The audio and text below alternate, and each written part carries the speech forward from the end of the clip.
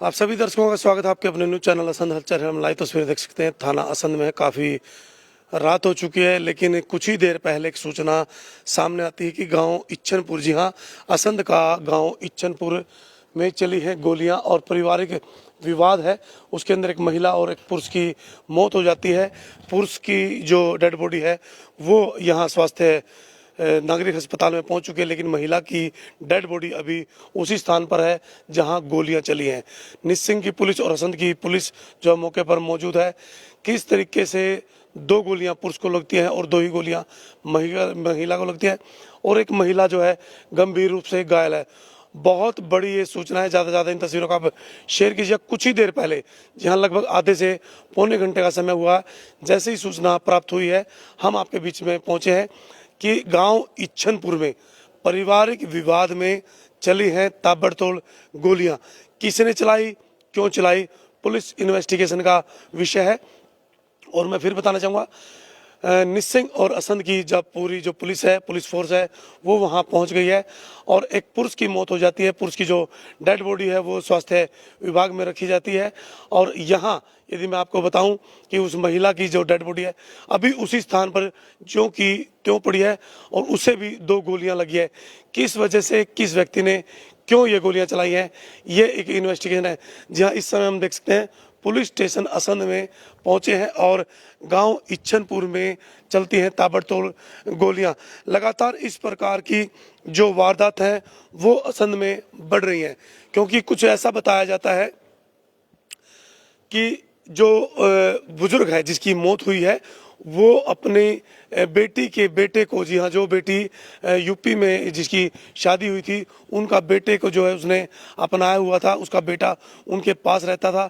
लेकिन किस विवाद के चलते हुए, क्या कोई ज़मीनी विवाद था या कोई रंजिश थी या फिर किस प्रकार का ये विवाद था कि इतनी देर रात जो उसकी बेटियां हैं अपने पिता को मिलने के लिए गांव इच्छनपुर जाती है। एक बेटी गांव चुगामा में उसकी शादी हुई है, वो भी मिलने के लिए जाती है, लेकिन वहां जाने के बाद ताबड़तोड़ गोलियां चलती हैं मौके पर। जी हाँ, मौके पर उसके नाना की मौत हो जाती है और जो दूसरी महिला है उसकी भी मौत हो जाती है। दो गोलियां नाना को लगती हैं और दो गोलियां उस महिला को लगती है। पूरा वाकया क्या है वो पुलिस इन्वेस्टिगेशन का विषय, किस प्रकार से, किस वजह से ये गोलियां चली हैं रे इतनी देर रात। जी हाँ, इतनी देर रात क्या ऐसा हुआ? गांव के बीचों बीच धड़ाधड़ फायरिंग होती है। क्या कोई वहां बचाने वाला नहीं था, कोई सुलझाने वाला था? झगड़ा हुआ होगा, उसके बाद गोलियां चली होंगी। लेकिन पुलिस 112 भी मौके पर पहुंची थी। पुलिस, जहां निस्सिंग पुलिस और असंध पुलिस मौके पर पहुंची है। तो अभी फिर बताना चाहूँगा कि गाँव इच्छनपुर जो कि असंध का, जी असंध विधानसभा का सबसे पहला गाँव है इच्छनपुर, जो कि चोचड़ा से आगे राइट साइड में पड़ता है और एक छोटा सा गांव है। लेकिन किस प्रकार से, किस व्यक्ति ने वहां गोलियां चलाई हैं, एक बिल्कुल एक रहस्य जिसको कह देते हैं। क्या कोई जमीनी विवाद था या फिर कोई रंजिश थी या कोई घर का विवाद था? लेकिन इस प्रकार की जो घटनाएं हैं वो लगातार बढ़ रही हैं। पुलिस मौके पर है, महिला की डेड बॉडी इस समय मौके पर वहीं पड़ी है। लेकिन जो बुजुर्ग हैं लगभग, जिनकी उम्र 70 साल है, जो लड़के के उसके मामा नाना लगते हैं, वो जो है आज शवगृह में उनकी बॉडी को रखा गया है।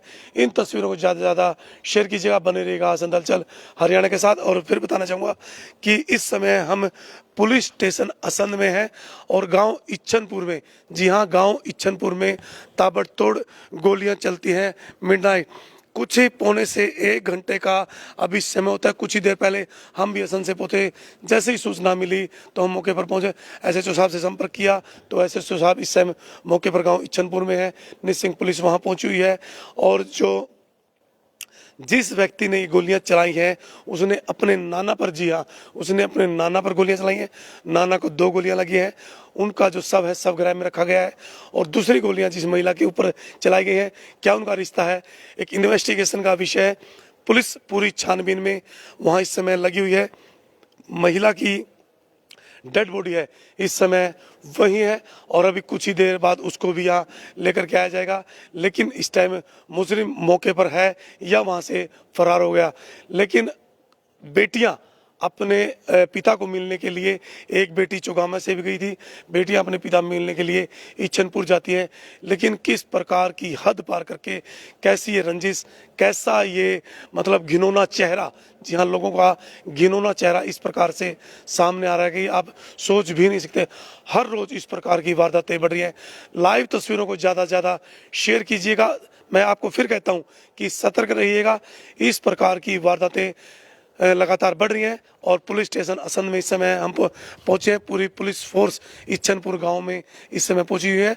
तस्वीरों को शेयर करें, बने रहें असंध हलचल हरियाणा के साथ। फिर बताना चाहूँगा, गांव ईचनपुर में एक लड़के के द्वारा गोली चलाई जाती है। रिश्ते में जिस व्यक्ति के ऊपर गोली चलाई जाती है वो उसका नाना लगता था। नाना ने अपनी बेटी के बेटे को अपनाया हुआ था। उसकी कोई औलाद नहीं थी, 4 बेटियां थी। एक बेटी चौगामा में शादी थी, बेटी मिलने के लिए आती है, शायद सारी बेटियां मिलने के लिए आती हैं। एक महिला को यदि अभी इन्वेस्टिगेशन का विषय, कौन वो महिला है जिसको उसने गोली मारी है, किस वजह से मारी है, क्या उसका कारण रहा, क्या कोई जमीनी विवाद है, क्या वो चाहता, क्या उसकी रंजिश थी इस परिवार के साथ, और उसने पूरा का पूरा जो अपने परिवार को तहस नहस कर दिया। तस्वीरों को शेयर करें, सिर्फ इसलिए सतर्क रहें, बने रहें असंध हलचल हरियाणा के साथ। बहुत बहुत धन्यवाद। जय हिंद, जय भारत, जय हरियाणा।